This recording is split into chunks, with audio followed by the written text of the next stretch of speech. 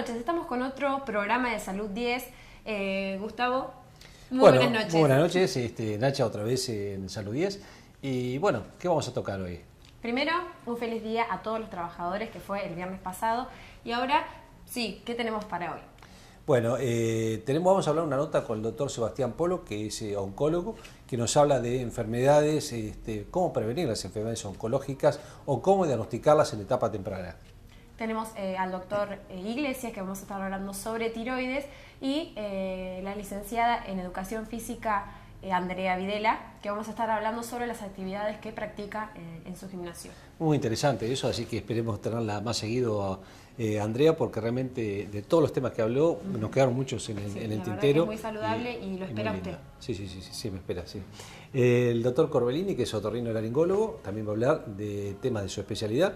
Y el micro de nutrición, como siempre, de Marcela Brescia, que está siempre en todos los programas de Salud 10. Y la siguen mucho, les queremos comentar que está la campaña de vacunación antigripal en la región sanitaria novena, en la calle Bolívar y Arenales, de 8 a 13 horas a todas las personas mayores de 65 años y menores de 2 años. Y todos aquellos que tienen una patología respiratoria o otro tipo de patología, pero con certificado médico, que también tienen riesgo de enfermedades gripales, para que también participen de esta vacunación.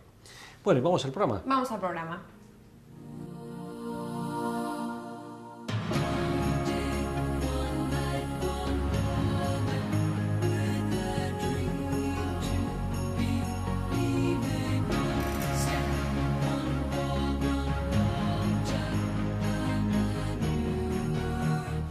Hoy está con nosotros el doctor Sebastián Polo, que se especializa en oncología, y vamos a hablar sobre qué es el cáncer.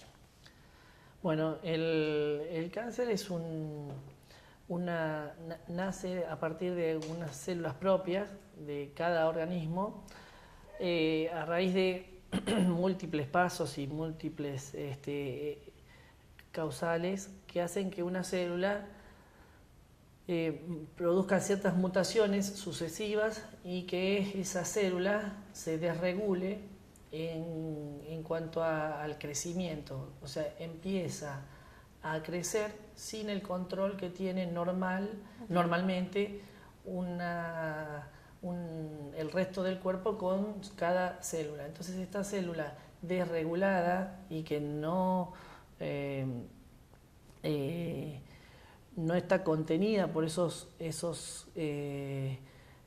controles propios de todas las células, empieza a crecer, a aumentar el número y forma finalmente una masa, un tumor que afecta a ese órgano. Después, a su vez, adquiere cierta capacidad de migrar. Es capaz de introducirse a los vasos linfáticos y a la sangre, y entonces adquiere la capacidad de producir metástasis, que son extensiones de ese tumor originado en un órgano a otros órganos. Entonces eso sería lo que se llama carcinogénesis y la producción de metástasis. Ajá. Hay diferentes tipos de cáncer, ¿no es así? Exacto. Y hay diferentes tipos de prevenciones para cada uno. ¿Cuáles serían más o menos lo que usted ve hoy en día que son los más importantes? Cada órgano tiene origina varios tipos de tumores. Por eso está el cáncer de pulmón. Hay varios tipos de tumores de pulmón, varios tipos de tumores de estómago, por ejemplo, varios tipos diferentes de tumores de mama, tumor de páncreas, de colon, de recto. Cada órgano puede formar un tipo diferente de tumor de acuerdo a las células que lo componen, y esas células, como ya expliqué, se transforman, se desregulan, empiezan a crecer y a diseminarse. Así que cuando uno habla de cáncer, está globalizando una enfermedad con un nombre, como decir infecciones, claro. Pero no es lo mismo un cáncer de mama que un cáncer de recto o de colon o de páncreas. Es como confundir una angina, que es una infección, con una tuberculosis, claro, que es también una infección, y una meningitis. Todas son infecciones de diferentes lugares y por diferentes gérmenes. Esto es lo mismo. Con respecto a la prevención, la podemos dividir en dos: la prevención primaria y la prevención secundaria. La prevención primaria es la que evita que haya un tumor antes que se desarrolle. La prevención secundaria es la detección precoz de un tumor que al detectarse precozmente tiene muchas más chances de curarse, pero no es que se evita el tumor, sino que se detecta más tempranamente.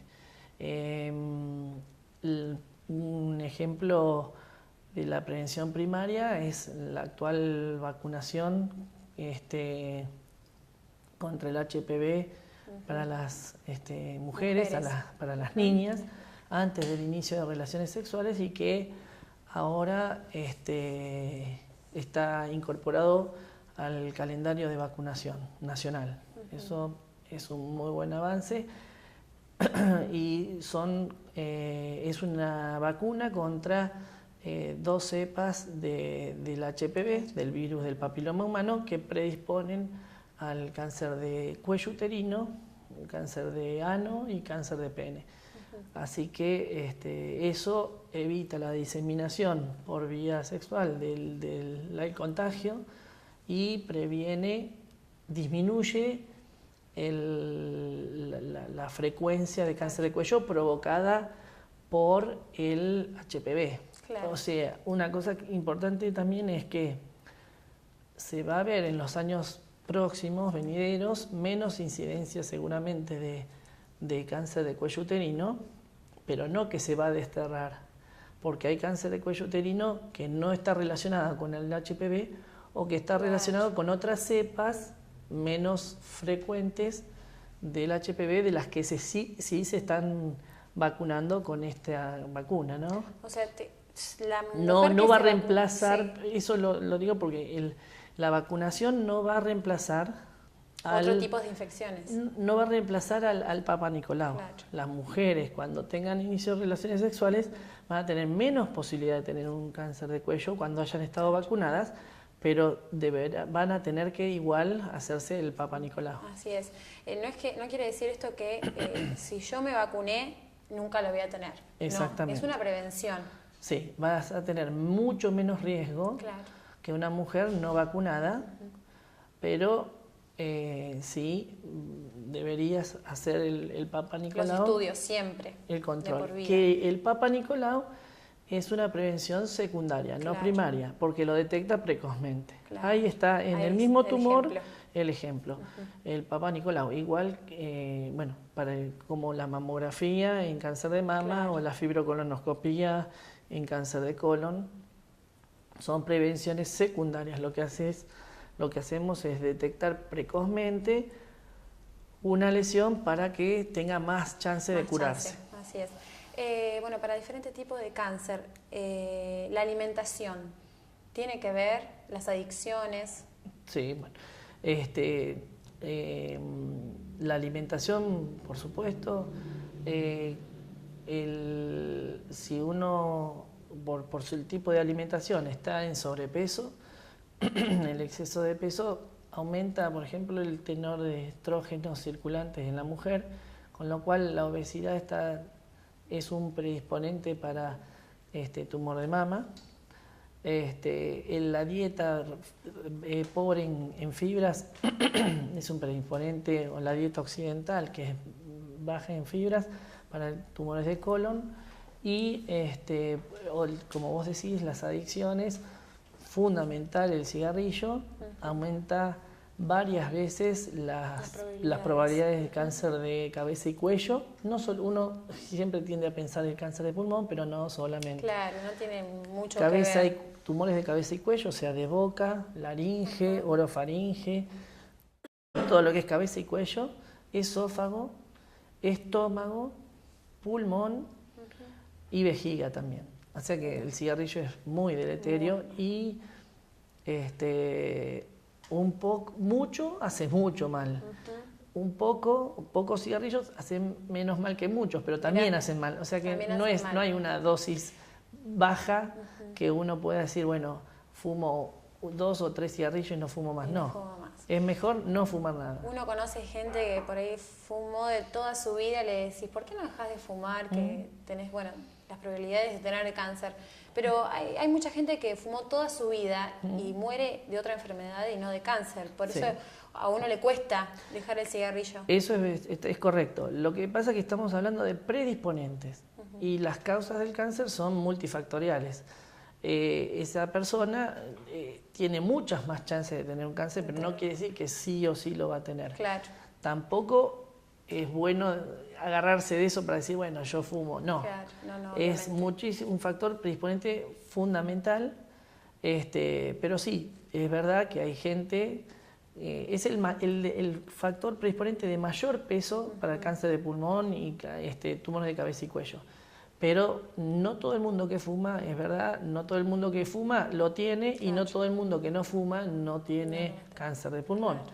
De todas formas, bueno, vuelvo a repetir, es fundamental evitar el hábito, ¿no? Hoy en día hay que tenerle miedo a la palabra cáncer. Bueno, en mi opinión, no. Creo que hay que desmistificarlo. La gente suele creer que cuando uno le dice tiene el diagnóstico de cáncer no tiene salida y la verdad que hoy por hoy el 60% de los pacientes se curan por detección precoz, por mejores cirugías, por mejores tratamientos de quimioterapia y de rayos, un montón, pero el 60%, cuando históricamente hace 40 años se curaba el 25%, o sea que la cantidad de gente que se cura más que se duplicó. Nos acompaña mucho la tecnología hoy en día para eso. Totalmente. Los mejores estudios, bueno, todo. Mejores cirugías, mejores tratamientos oncológicos, más cantidad de diferentes drogas, así que se ha avanzado mucho. Y se cronifica. O sea que se puede vivir más con un tumor, al cronificarse es como si fuera la diabetes u otras enfermedades crónicas. Bueno, doctor, muchísimas gracias por estar hoy con nosotros. Seguimos con el programa.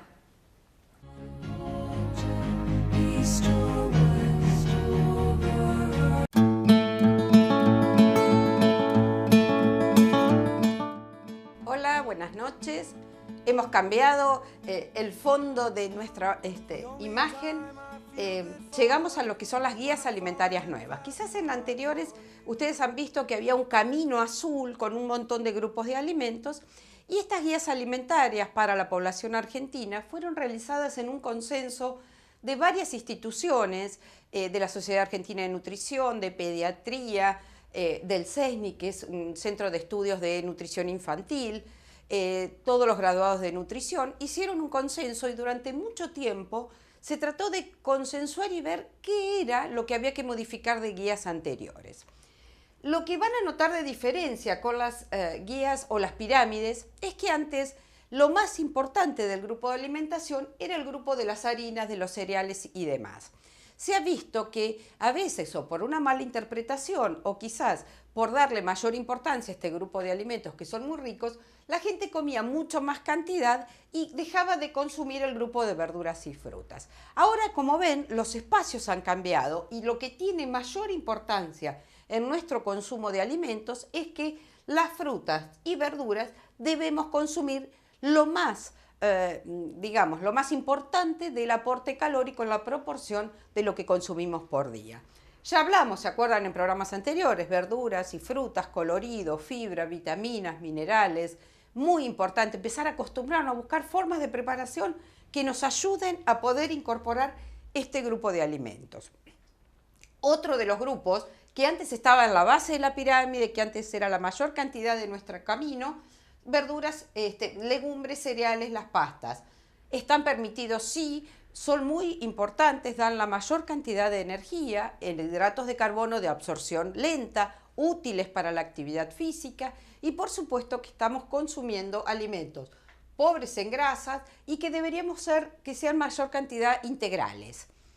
Tenemos que cambiar este hábito de incorporar, no tanto de refinar las harinas y para la panificación o de las pastas, sino utilizar aquellas que son integrales. Otro de los grupos, el grupo de los lácteos, leche, yogur o quesos. Acá tendremos una gran variedad, hablábamos de los enteros, de los descremados. Ya a partir de los 3-4 años el consumo de productos descremados está permitido en chicos, no se hace antes, obviamente, de los 2 años, en grupos familiares donde hay antecedentes de obesidad con muchísimo más razón, porque el aporte de calcio, el aporte de las proteínas, que es lo que tiene el grupo de los lácteos, está igual, así que no habría tanto problema. Tenemos gran variedad de leches en polvos o leches fluidas, yogures, excelente variedad para todos los gustos, y el grupo de los quesos, que acá también se acuerda que hablábamos, los quesos más ricos, los más ricos en calorías, pero bueno, el mercado nos ofrece una gran cantidad de estos productos y obviamente que hace que mejoremos nuestra guía alimentaria. Pasamos al otro grupo de las carnes y huevos, carne de vaca, pollos, pescados, cerdos, huevos. Está permitido 1 a 2 porciones al día, totalmente desgrasadas, formas de preparaciones aptas, utilizándose todos los utensilios que permiten no usar la fritura o no gran cantidad de aceite en la cocción. Y por supuesto que tratamos de sacar todo lo que es la grasa visible. Después uno puede adaptar el consumo de carnes a su bolsillo, obviamente. Pero de pronto hay preparaciones que con mezclas de cereales y carnes o verduras logramos tener preparaciones abundantes, con buen aporte calórico y que dan mucho poder de saciedad.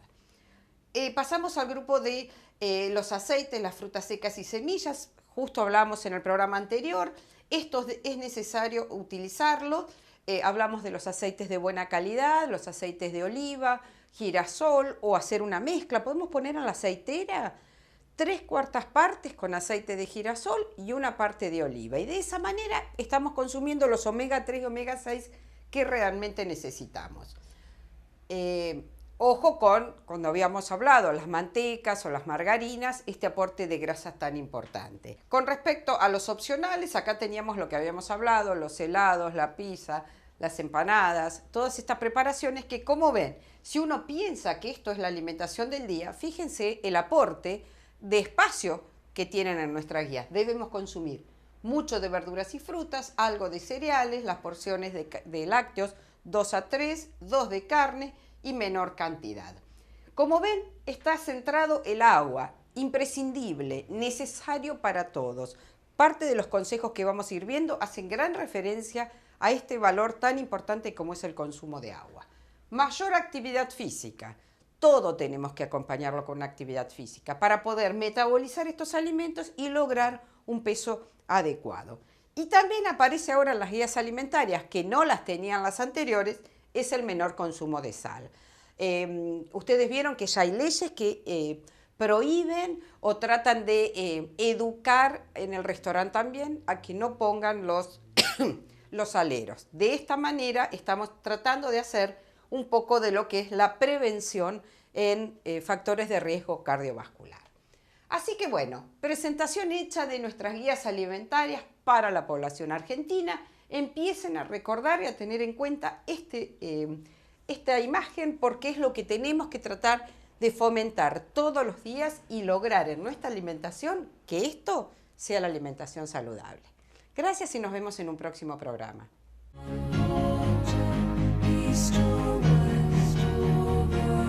Hoy está con nosotros Andrea Videla, que es licenciada en las Ciencias de la Educación Física. Andrea, ¿cómo estás? Hola Nacha, buenos días. Bueno, contame un poco cuáles son las actividades que se practican en tu gimnasio. Bueno, sí. Mi estudio cuenta con las actividades de Pilates como base y dentro de las actividades de Pilates estoy haciendo unas técnicas de gimnasia postural global, todo lo que es dedicado a la postura y a la corrección postural. Estamos haciendo ahora un trabajo nuevo, estamos ingresando una nueva actividad que es un entrenamiento funcional en circuito que se llama Crop 3D Training y una actividad, por otro lado, de rehabilitación o de mejora postural también, denominada método hipopresivo, que está ingresando desde Europa el método, para mejorar la capacidad respiratoria, para prevenir la incontinencia urinaria y para mejorar la faja abdominal en mujeres y en hombres. ¿En qué consisten esas actividades nuevas que nombraste? Bueno, el Crop 3D Training es una actividad dinámica de un entrenamiento funcional en circuitos donde vamos pasando por distintas estaciones con un tiempo de trabajo muy intenso y un trabajo de recuperación y un tiempo de recuperación donde las personas se divierten mucho y están trabajando todo el cuerpo, siempre con un control de técnica y un control postural sobre todo.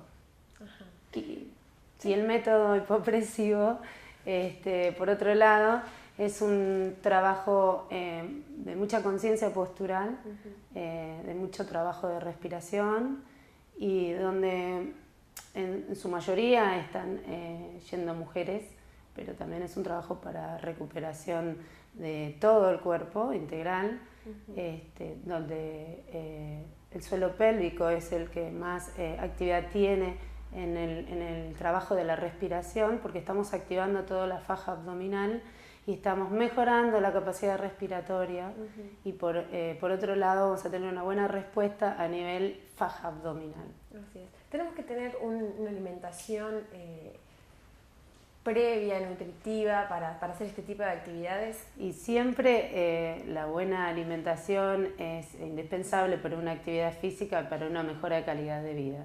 ¿Con qué intensidad se hacen este tipo de actividades? Bueno, por ejemplo, las actividades de pilates se pueden hacer 2 a 3 veces por semana con una duración de 1 hora o 50 minutos de clase. Las actividades de Crop 3D Training se están haciendo 3 veces por semana o 2 veces por semana, siempre cuanto más repeticiones hagamos mejor, pero si uno quiere hacerlo más tiempo puede. Sí, no sí, es sí. que no. Tenemos que siempre dejar recuperar un poco al cuerpo, a los músculos y a la mente, porque se cansan. Sí. Y el método hipopresivo tiene un trabajo bastante controlado de lo que son las repeticiones, porque se hace al principio hasta que el cuerpo vaya asimilando el trabajo, porque trabajamos con apneas, con falta de oxígeno, entonces tenemos que hacerlo muy serio, con un trabajo de 1 vez por semana o cada 2 o 3 días de recuperación hasta que el cuerpo se vaya acostumbrando al trabajo. Después la persona tiene que hacerlo diariamente con un control y una supervisión del profesor y también en su casa para después hacer un trabajo de mantenimiento en su casa. Sí. Una vez que aprende la técnica, lo puede realizar en el domicilio. Yo si vengo haciendo este tipo de actividades, no sé, durante 1 año y en un momento paro y digo no lo quiero hacer más, ¿hay algún cambio en mi cuerpo? Y la actividad física va a mejorar y el mantenimiento es lo más recomendable. Cuando uno deja de hacer actividad física va a notar los cambios porque tal vez empiecen a sentir o dolores o se encuentran con una postura que ha cambiado, entonces lo recomendable siempre es hacer alguna actividad. Nunca hay que quedarse sentado en su casa. Siempre es mejor el movimiento cura. Bueno, Andrea, si querés darnos el nombre de tu gimnasio, así la gente se acerca a hacer este tipo de actividades. Sí, el gimnasio del estudio se llama Estudio 1, Pilates and Wellness, está ubicado en la calle Arenales 629 en el 2º piso. Bueno, te agradezco por Muchas estar hoy gracias con a nosotros. ustedes. Seguimos con más a los 10.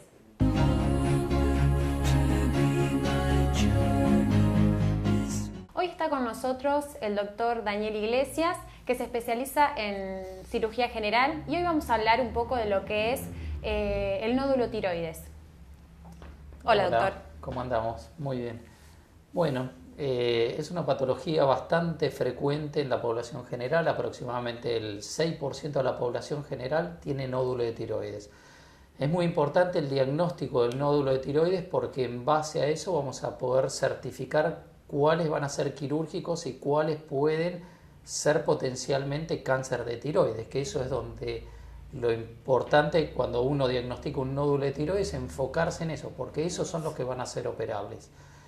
Aproximadamente de este 6% de nódulos de tiroides que tiene la población general, el 10% aproximadamente de ese 6% pueden llegar a ser cáncer de tiroides. Entonces ahí radica la importancia de ser muy exhaustivo en el diagnóstico y aproximarnos a un diagnóstico concreto para ver cuáles van a ser pasibles de tratamiento quirúrgico y cuáles no.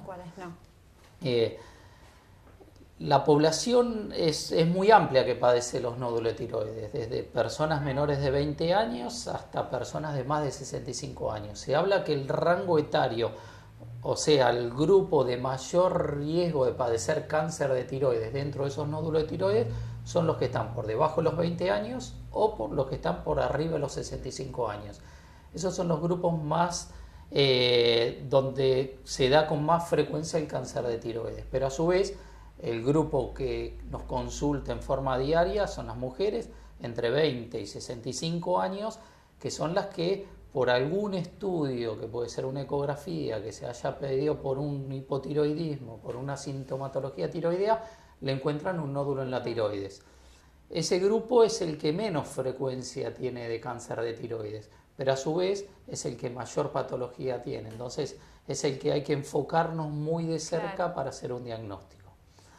La forma de hacer diagnóstico en el cáncer de tiroides es clínicamente, hay gente que se palpa el cuello y se encuentra un nódulo o se lo encuentra el médico de cabecera el nódulo. ¿Es más grave que tenga un cáncer de tiroides una persona de 20 años que de mayor edad? La gravedad no radica en la edad del paciente, sí radica en ciertas características que pueden ser hereditarias, el tamaño del nódulo, las características del nódulo y el tipo de tumor dentro de los cánceres de tiroides.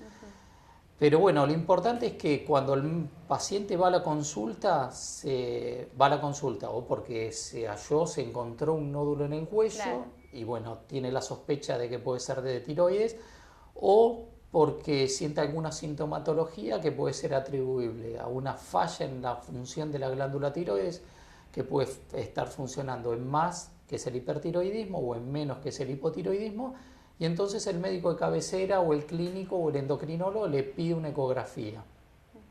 La mayoría de los nódulos se diagnostican por ecografía, no porque el paciente se los toque o no, porque solamente se puede tocar un nódulo de tiroides en un cuello flaquito, que no está a simple vista, digamos. No está a simple vista, en aquellos que tienen un tamaño considerable. Hablamos tamaño considerable, 2,5 centímetros, 3 centímetros, ahí se objetivan y se ven más en el cuello. Pero la mayoría de los nódulos son los nódulos que encontramos todos los días en el consultorio, en ecografía, donde son nódulos menores de ese tamaño, aproximadamente 1 centímetro, 1,5 centímetros, que ciertas pautas nos dan cómo tenemos que enfocarnos con ese paciente y continuar con el diagnóstico. Habíamos hablado que lo veía un médico clínico, que después le piden una ecografía, y el paso siguiente en el diagnóstico es cuando encontramos un nódulo mayor de 1 centímetro con ciertas características en la eco que nos pueden sugerir malignidad, el paso siguiente es hacer una punción. ¿En qué consiste una punción? Es un estudio muy sencillo, es una biopsia que se hace bajo ecografía con una agujita como las que se hace un pinchazo intramuscular para una inyectable, con una jeringuita donde se punza varias veces y se sacan células. Esas células las ve el patólogo y nos informa. Hay una clasificación en base a esa punción donde nos orienta a nosotros cómo continuar el estudio o el tratamiento del nódulo de tiroides. A veces esos nódulos hay una clasificación que nos informa el patólogo. Muchos de ellos simplemente se controlan porque son de característica benigna, y muchos de ellos hay sospechas o puede haber sospechas en la punción de malignidad. Entonces el paso siguiente en algunos de ellos es pasar a un tratamiento quirúrgico. No todos los nódulos de tiroides se operan, porque si no prácticamente no tendría glándula tiroides ninguna de las mujeres, porque es muy frecuente. Solamente terminan siendo quirúrgicos de todo ese universo de nódulos de tiroides, prácticamente un 6, un 10, un 15% de esos nódulos. Después de ser operado el nódulo, a largo plazo después puede volver a ocurrir. El tema es que no es que vuelve a ocurrir, es que una vez que nosotros arribamos una presunción para poder operar un paciente con la sospecha de un cáncer de tiroides, se hace una cirugía donde se saca solamente el nódulo de la tiroides y se lo damos al patólogo en el mismo momento de la cirugía y él nos informa si eso es benigno o maligno, nos termina de confirmar el diagnóstico. Si es maligno, probablemente hay que sacar la totalidad de la glándula tiroides para después completar algunos otros tratamientos, bueno, que no hace ahora al tema que estamos tratando, pero una vez que uno le saca, si el nódulo es maligno, toda la totalidad de la glándula tiroides, ya la patología está tratada, entonces no hay más glándula tiroides, obviamente no va a haber más nódulos en la tiroides. Si yo tengo tiroides y no me hago tratar, ¿qué pasa? O sea, se puede hacer un cáncer, pero si yo no me hago tratar ese cáncer, ¿qué me puede suceder? Se habla de que los cánceres de tiroides no son los más agresivos, pero bueno, un cáncer de tiroides que se diagnostica por una punción y el paciente se niega un tratamiento, es como que está terminado la conducta con ese paciente. No hay otro tratamiento alternativo que uno le pueda hacer a esa glándula que tiene un cáncer, de hacerle rayos, hacerle quimioterapia. El tratamiento es quirúrgico. Si un paciente se niega a ser operado, obviamente la evolución del cáncer va a seguir y va a empezar con otros síntomas que son propios de la evolución de un tumor de tiroides. A veces los tumores de tiroides evolucionan muy lentamente, por suerte, no son tan agresivos como otro tipo de tumores en el organismo. Bueno, existen diferentes tipos de nódulos que a largo plazo se pueden llegar a ser cáncer o no. Sí, más que todo nosotros clasificamos los nódulos por ciertas características ecográficas. Hay nódulos que nos sugieren por la ecografía algunas características de malignidad y esos son los que nos enfocamos un poquito más. Sea por el tamaño del nódulo, que mida más de 1 centímetro, por ciertas características que sean con bordes irregulares, que tengan sólido y quístico, que tengan calcificaciones dentro del nódulo. Son cosas técnicas, pero que bueno, nos dan a nosotros una pauta de la posibilidad de que ese nódulo tenga ciertas características de malignidad. Entonces es en el que nosotros nos tenemos que enfocar mucho más para continuar. Y a veces no basta una sola punción, aunque sea negativa y sea benigna, y hay que repetir esas punciones 6 meses, 7 meses, 8 meses después, y a veces varios años después, hasta arribar a un diagnóstico concreto y certero, porque la punción no es 100% certera en el diagnóstico, tiene una sensibilidad de aproximadamente un 70-80%, una especificidad mucho más baja, del 60%. Eso que quiere decir que a veces nos informan como negativo una punción de tiroides de un nódulo y puede tranquilamente haber un tumor de tiroides dentro de esa glándula. Por eso, ante una punción negativa y la persistencia en el nódulo después de tratar con hormona tiroidea, hay que enfocarse bien y volverlo a punzar a los 6 meses, 8 meses si queda alguna duda. Entonces queda claro que la tiroides, los nódulos de tiroides, todos la padecemos. Todos tenemos nódulos de tiroides, pero no se nos...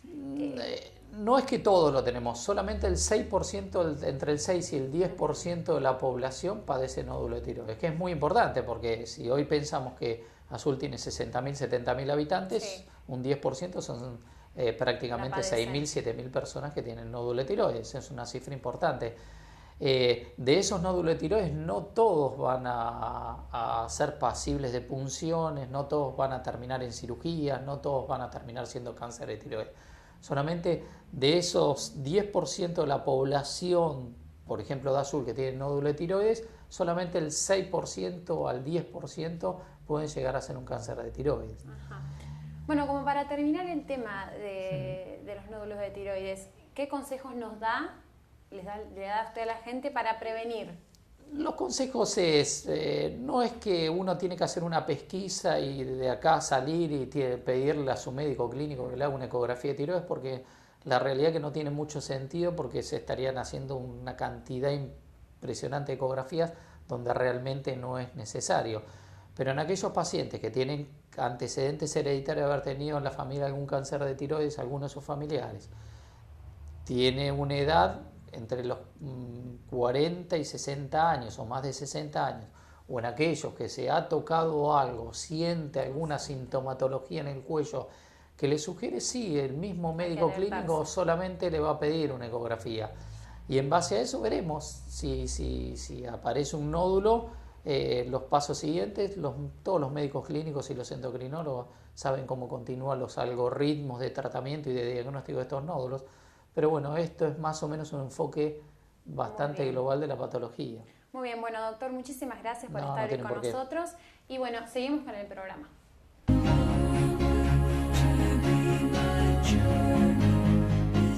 Bueno, hoy en la presentación dijimos que íbamos a hablar de un tema de la palabra difícil, otorrinolaringología.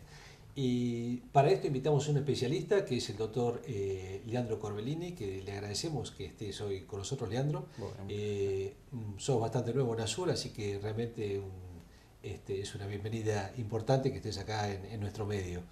Y uno de los temas que vamos a hablar y que interesa bastante, sobre todo a las madres, es el tema de las enfermedades altas que producen factores obstructivos del aparato respiratorio y muchas de ellas que pueden tener su resolución quirúrgica. Así que, Leandro, te vamos a preguntar un poco de qué patología estamos hablando cuando hablamos de patología obstructiva en otorrinolaringología. Bien, bueno, la patología que más frecuentemente encontramos en la población pediátrica a la hora de encasillarnos dentro de lo que es el síndrome obstructivo es la hipertrofia, es decir, el aumento de tamaño de amígdalas y adenoides, es decir, la hipertrofia adenoamigdalina, que es la palabra, digamos, con que es un agrandamiento. Exactamente. Claro. Nosotros cuando el paciente llega a la consulta, generalmente viene por distintos motivos. El motivo más frecuente es el que los padres refieren como una respiración entrecortada, ¿está bien? Que eso es lo que nosotros, ahondando un poquito en el interrogatorio, llegamos a la conclusión de que puede tratarse de una apnea del sueño, que básicamente es una pausa respiratoria que dura algunos segundos, donde se produce una disminución o una ausencia total del flujo aéreo por la nariz y por la boca, que generalmente se acompaña de un ronquido fuerte. Eso generalmente lo captan los padres en el sueño del chico. Exactamente. Nosotros, a la hora de ir encasillando al paciente en tal o cual diagnóstico, nos valemos mucho del interrogatorio hacia los padres, que nos sirve de gran ayuda. Perfecto. Esa es, digamos, una pata del diagnóstico al cual queremos llegar. ¿Hay alguna edad específica donde esto se ve más frecuentemente o generalmente puede afectar en cualquier momento de la infancia o de la adolescencia del chico? Los pacientes que más frecuentemente son sometidos a una intervención quirúrgica para solucionar este problema, que es la adenoamigdalectomía, van desde los 2 a los 10 años, ¿está bien? Claro. Hay pacientes que se operan a una edad más temprana que los 2 años, que son aquellos casos muy severos, y hay pacientes que tienen más de 10 años, que generalmente son aquellos en los que se realizó un diagnóstico tardío o un retraso en la consulta por parte de los padres. Antes se hablaba de la cirugía de garganta, ¿no es cierto?, generalmente, y la cirugía de adenoides. ¿Qué diferencia hay entre una y otra cirugía, ¿no? Perfecto. O patologías. Muy buena pregunta. Las adenoides y las amígdalas tienen diferencias en cuanto a la ubicación y en cuanto al examen de cada una. Sí. Básicamente las dos son órganos linfáticos, son órganos de defensa. La diferencia en que la amígdala es un órgano linfático que está encapsulado, se ubica en la parte posterior de la boca, a los costados de la garganta, por lo cual podemos evaluarla de forma directa. Mientras que las adenoides, que también la gente lo llama mucho las carnes crecidas, se ubican detrás de la nariz, entonces para poder evaluarlas tenemos que acudir a un examen complementario. Pero generalmente la resolución quirúrgica es de las dos por igual, si bien son dos cirugías distintas, ¿no? ¿Es una cirugía frecuente realmente? ¿Tiene riesgos? ¿Cuánto tiempo de posoperatorio requieren? Son las preguntas que por ahí, yo como padre o una madre puedo llegar a preguntarte, tengo que operar a mi hijo de un adenoides o de una amígdala, y bueno, doctor, ¿cómo lo opero? ¿Cuándo? ¿Cuánto tiempo va a estar este chico? Perfecto, esto es así. La cirugía de amígdalas y adenoides, como toda cirugía, surge de una indicación quirúrgica, ¿no? Que es la reunión de distintos elementos, por lo cual consideramos a la cirugía como el tratamiento más adecuado y más beneficioso para el paciente. Pero sí, en la población pediátrica es bastante frecuente. Entonces nosotros a la hora de decidir una cirugía evaluamos varios elementos, interrogatorio, examen físico y exámenes complementarios, y cuando tomamos la determinación de operar, bueno, ahí viene todo el tema de la preparación prequirúrgica tanto con los padres como con el niño. Perfecto. Esto es así, si bien hay un concepto de que la cirugía de amígdalas y adenoides es una cirugía sencilla, está bien, es bastante sencilla, técnicamente no es muy dificultosa, pero nunca debe subestimarse, ¿está bien? Seguro. Porque como todo acto quirúrgico no está exento de complicaciones, que si bien son poco frecuentes pueden aparecer. Es una cirugía que si bien se considera ambulatoria, el niño después de operado debe permanecer 6 horas en la institución, donde se va a hacer una observación postquirúrgica, y luego de ese tiempo, previa evaluación por el cirujano, se va a ir de alta a la casa con... Lo ideal en realidad es dar un instructivo donde diga qué se puede hacer, qué no se puede hacer, qué cuidados hay que tener, la alimentación que va a recibir el nene, que es lo más importante del postoperatorio. Y ahí es donde los chicos están contentos porque les van a dar helado, ¿no? Exactamente, ahí los chicos comen bastante helado porque actúa como un vasoconstrictor y aparte actúa como un analgésico y un antiinflamatorio en el sitio quirúrgico. Está bien, ¿no? está bien, está bien. No. ¿Tiene que faltar muchos días a la escuela después de esta cirugía? Esta es otra pregunta, perdón, pero es la que los padres generalmente te deben hacer frecuentemente, ¿no? Exactamente. Después de esta cirugía, lo ideal es que el niño esté una semana en reposo relativo. ¿Qué quiere decir esto? Que tiene que estar en su casa, pero no en cama. Tiene que estar en su casa tranquilo, llevar una vida tranquila y seguir las indicaciones que le damos nosotros, fundamentalmente la relativa a la alimentación, de la cual va a depender más que nada la buena evolución en el postoperatorio. Claro. Leandro, bueno, muy claro, creo que todos aquellos que tenían dudas sobre la cirugía de amígdalas, que antes se hacía mucho más frecuente y hoy se hace también en forma habitual y creo que con menos riesgos y un avance tecnológico también que lo hace mucho más ameno y mucho más accesible. Y te vamos a invitar, Leandro, seguramente en otro programa para hablar de otra patología también que es importante, que es la patología de los oídos. Bien. Y que muchas preguntas nos han acercado sobre este tipo de enfermedades. Y ya que vos estás en la especialidad, bueno, te vamos a aprovechar seguramente en otro programa de Salud 10 para hablar sobre el tema. Perfecto. Te agradecemos mucho que estés hoy con nosotros y que nos hayas abierto un poco el panorama de la patología respiratoria alta obstructiva desde el punto de vista otorrinolaringológico. Bueno, muchas gracias a vos por la invitación. Por favor. Continuamos.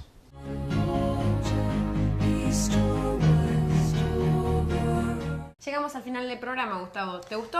Bueno, realmente interesante y espero que a la gente sobre todo les interese y nos sigan mandando mensajes, ¿no? Seguramente. ¿Qué tuvimos hoy?